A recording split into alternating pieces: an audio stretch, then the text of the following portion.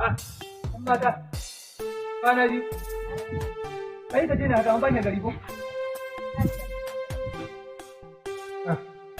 A kin sa gaba na faɗi wallahi, tsaya ta wani. A'a, da an ga miki masoyi da an ce masoyi ta tafi ai akwai ƙura. Na rantse kullum ne ma wallahi. Wallahi kin sa daɗi a kashe ni wallahi.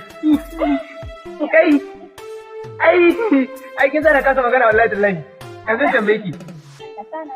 Wancan mai baƙar hulai kudin ke zo ne hukku dai alamun na ga yana tafiya kamar yana cikin bakin ciki. Na ga daga nesa na kallon ki na garin shi ya ɓaci. Amma ba zai ƙarsu magani. Shi kuma da me zo mana.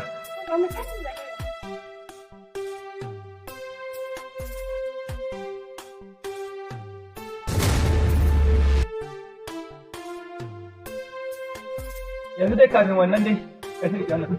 Baby, waye nake gani wannan? Wai wannan. Nace baki sani ba? Kika ce baki sani ba? Ila, baki sani ba fa? Kai na rantse da Allah sai ka bar wurin yarinyar nan. Wallahi sai ka bar wurin ta. Amma kika ce baki sani ba? Baki sani ba? Kika ce baki sani ba?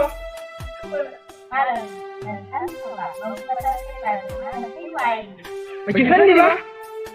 Malam, wannan budurwa ta ce kuma wallahi baka isa ba. Na rantse baka isa ba. Ban gane da je ba. Bani kin tafi? Ai wallahi baka isa ba. Me hujja ka tukuna ta budurwa ka ce? Budurwa ta ce. Ai ka san idan ba budurwa ta bace ba zan zo wurin ta ba. Budurwa ta ce. Kuma wallahi ko ka cire soyayyen yarinyar nan a ranka ko yau ka gane kuren ka na rantse da Allah. Wallahi tallahi sai daga ni kuma.